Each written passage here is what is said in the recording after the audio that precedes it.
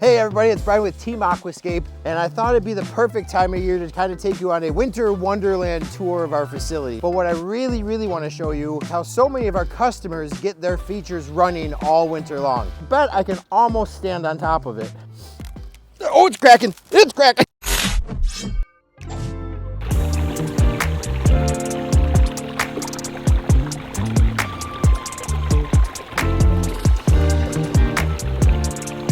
So we're sitting in our aqua gardens, and this is one of our Pondless Waterfalls. And when we designed most of the features back here, we designed them to be winter running. Probably the biggest bell and whistle I can put on any water feature is to make it winter running. And the easiest way to do that is a larger reservoir. What I do is I take that educated guess and I say, hey, I'm gonna lose 200 some gallons of water on this feature because of the way it's designed, the way it doesn't splash a whole lot. With that 200 gallons I'll lose, then I say, all right, let me keep another 500 some gallons left behind it. So we have about 1,000 gallon reservoir down here. So even if I lose 200 gallons of water to create these ice castle formations, I still have 800 gallons left over. If I guessed wrong and I lost 500 gallons of water, I still have 500 gallons left. Now look at the ice buildup on this one compared to the fountain rocks over here.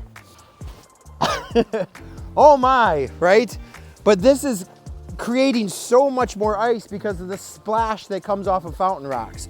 So that splash, you can kind of see, I'll even show you, hold.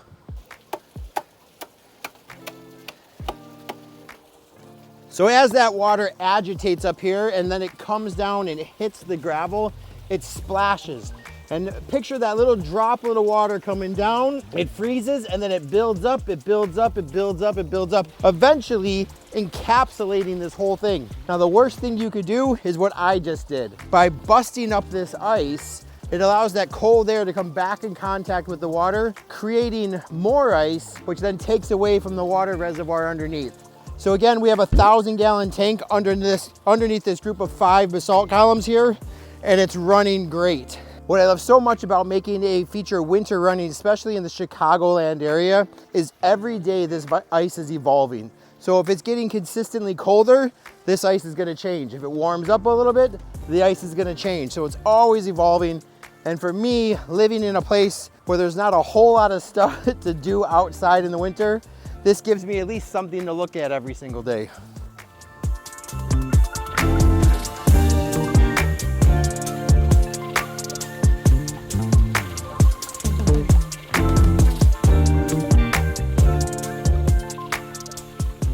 So we have 3 different fish ponds back in our aqua gardens. We have our big rec pond that has some pretty large koi on it. We have this pond to the right of me over here that was built with some stacked slate walls. In fact, I think 70% of the pond is built out of stacked slate walls. These are the areas I like to see the most. And so again, here's a waterfall.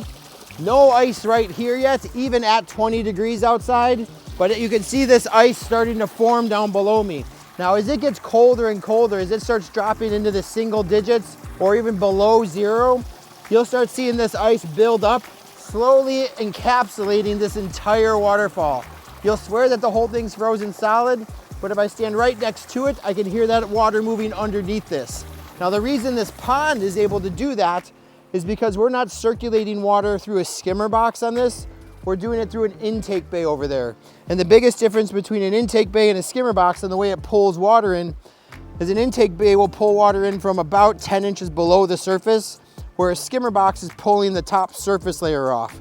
It's much harder to keep a pond running all winter long when using just a skimmer box. But with this pond, it's staying pretty open. We put in an enormous amount of jets, and the jets keep the surface area moving all the time. So in the summer, I'll take these jets, kind of push them down, circulate water down deep. In the winter, I can angle these things up and just kind of agitate the water. So I've got jets here. I don't like doing this because the water is pretty cold, but there's a jet down here. There's jets at the base of these walls. There's jets over there. There's circulation coming from the waterfall. There's circulation from this cove. There's circulation from the water walls. And then of course that intake bay is constantly pulling water in, which causes a lot of circulation. So you see very little frozen area here. Now, when it gets below zero, 100% I'll be able to walk across most of this ice. I wouldn't trust it, but I could. So many people ask us what happens to these things if they're running all winter? What does the ice actually do to that fountain feature? Well, what's interesting is the ice actually never ever adheres to the fountain feature itself. You can see as this water comes over, the water separates the ice from actually ever touching it. And so what happens again, you can see this little bit of splash that comes off of here. That splash started building up all the way down here and then slowly climbs and climbs and climbs and climbs. But you can see if I can get my finger in between there, the ice isn't actually attached to that. It's attached to the rock where water splashed onto it, and then it grows and grows. A lot like a stalactite or a stalagmite might form in a cave. Now, if we flip over to this pond, look at how much more ice there is. So I've got open water where I have jets, and you can see this open area here. We have jets here, we have jets at the base of that window. We have jets over in the little swim cove area here, and those areas are pretty much staying open. But that big area in between where there's less circulation, there's a lot more ice. And I bet I can almost stand on top of it. I'm a little nervous.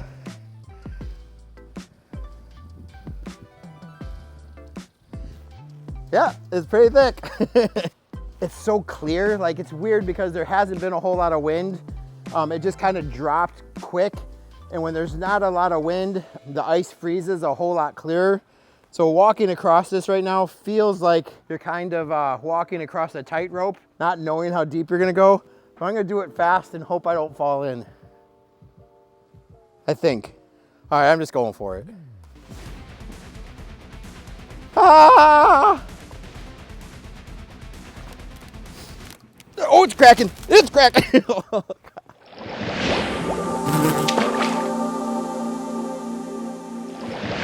so the most important thing with a koi pond, a goldfish pond, an outdoor water feature, if you've got fish in it, is to keep a hole open in the ice. And you can see we're doing that through circulation and just moving the pumps. But when it gets too cold, we like to throw in our floating heaters. These heaters will always keep a small hole open.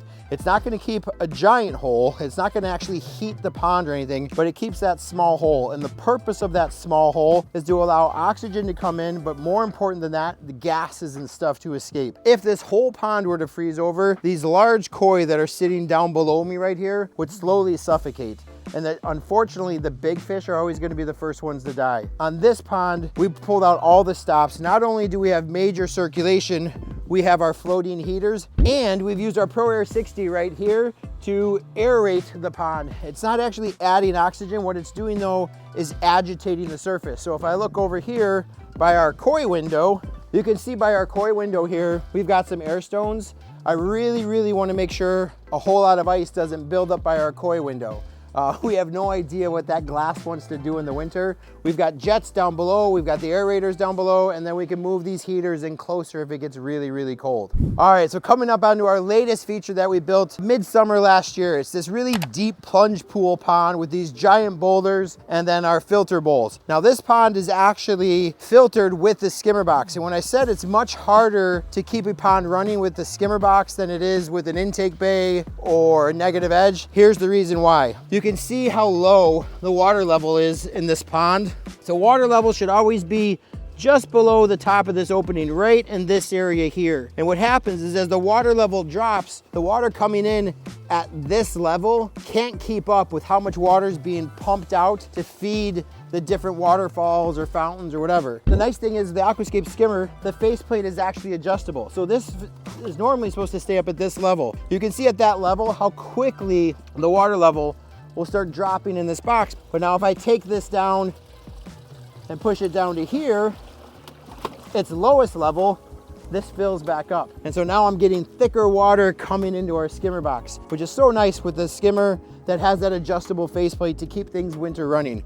I still would suggest at this point, we come out here, top this thing off, because there's not a whole lot of ice on here. And as we develop more and more ice, the water level in this pond is gonna go down and down and down. The negative side to running a pond in the winter is you might have to come outside once or twice a year and top the pond off. Doing that when it's 10 degrees outside is not the best chore you could think of. So one of the worst things that can happen with a pond running in the winter is exactly what's happened right here. You can see we have this filter bowl here. The ice did something weird. So it's not supposed to do this. It's not supposed to build up way out here. It's supposed to kind of build up there, then slowly encapsulate this. Well, what happened is some of this water got over the top of the ice. I don't know if you can see how just me putting my hand like that starts pouring that water over the top. When that happens, which is very, very rare, but when it does, the water's not going back, it's not going back into the pond, it's going outside the pond, creating ice in areas we don't want it to create. If that were to continue for a long time,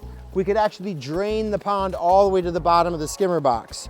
So we're gonna come out here, we'll probably open this up a little bit more, make sure that that water is going down into that hole, top the level of the pond off. The reason the pond went down so much is probably because of this ice formation here and water not getting back into the pond. But how cool do some of these other features look? So unusual. That water pouring out. Why is this ice doing this with this little hat on top of it? I have no idea, but super cool. That one almost looks like it's frozen solid. If you come and look at it from here, there's that same little hat thing happening, but water shooting out in between and then going underneath all the ice. Just a really, really cool look. And then how weird is it that this bowl is basically open, but that one's got like 80% of it's covered with ice. Mother Nature.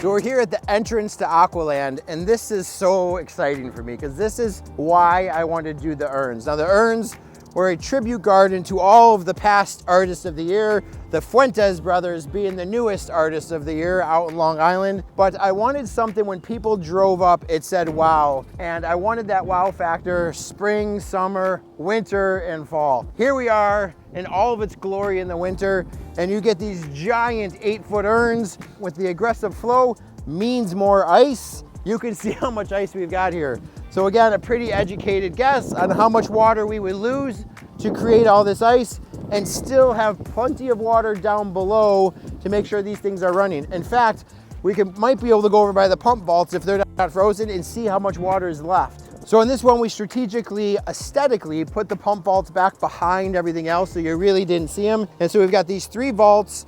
I think we have 3 9,000 gallon per hour pumps on this, if memory serves me correct. I can easily come in here and pop off this. I can still take this off. And if we look down in there, it's down probably 2/3, probably 1,500 gallons of water left in here to keep this thing going.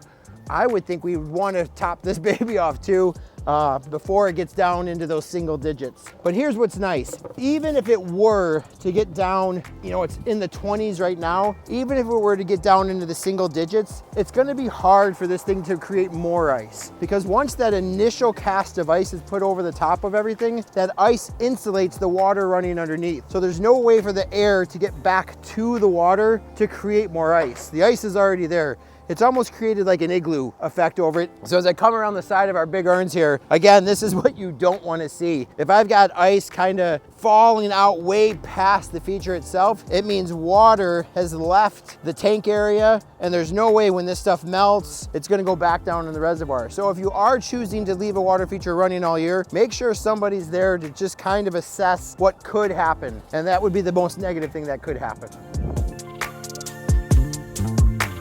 So I'm gonna walk out onto our big signature pond here at Aquascape. Again, it's cold, it's been cold for a while. I think there's a good 3 inches of ice on this. I see some areas open like we intended to be open. We got the jets moving over there. And so this pond creates some different weird currents underwater. So I don't feel really comfortable walking all the way across, but I think here is pretty safe. So let's go ahead, we'll take a little walk out here. Oh, baby. I'm waiting for that very distinct sound of ice cracking. Some of you have only heard it in movies. I see a pretty big crack out there. So I don't think I'm gonna go out too far, but here we are standing on top. I'm in the plus size range too, especially in the winter. I put on some extra pounds and I'm comfortable standing out here. Well, loosely comfortable standing out here. But here we are, pond is frozen, fish down below me, just barely moving around underneath the ice. We keep seeing the paddlefish kind of make some cameos here and there. We've got some big giant channel cats out there. It's just such a cool feeling, such a cool look out here in the winter. And I hope someday I get to show you exactly what it looks like when we get a big heavy snow, because that's when it looks magical. Speaking of magical, let's look at my favorite waterfall in the entire place and what that ice looks like.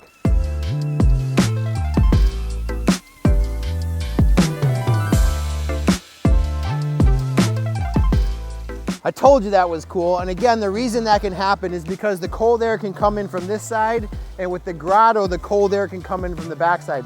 The coolest I've ever seen it is that ice actually builds all the way up in the grotto to the point where you have to crawl in on your belly to actually get in there. Hopefully we get that again this year, and I'd love to take you on that personal tour. You guys, we have one more feature to check out. No, two more features to check out, and then we'll wrap it up for the day. So here we are in our latest feature. We just installed this about a month ago. Here's our sphere. I think I still want to put the big sphere out here at some point, but look at how great this looks outside, and imagine what it looks like from inside, just giving us some visual interest. And here's a perfect example of how that ice is just slowly climbing. If the weather stays consistently in the teens, the 20s, that ice is gonna build up, eventually enclosing this entire thing.